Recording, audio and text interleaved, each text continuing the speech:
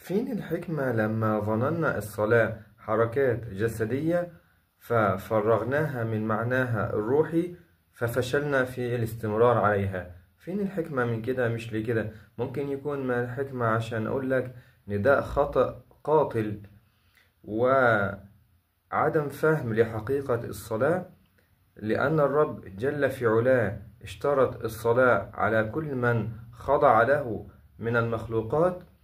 وقد قال الله جل في علاه: ولينصرن الله من ينصره إن الله لقوي عزيز الذين إن مكناهم في الأرض أقاموا الصلاة. فالله ربط نصر العباد في الأرض بإقامة الصلاة. يعني من عظم معنى الصلاة عند الرب إنك لو عاوز الرب ينصرك فلابد أن تقيم الصلاة. فمعنى الصلاة معنى عالي، فلابد إنك وانت رايح تصلي تفكر: يا رب أنا بصلي عشان أخضع ليك، عشان أنت بتحب ده، وعشان أنت اشترطت عشان تنصر العباد إن هم ينصروك، ومن أول نصرك إقامة الصلاة.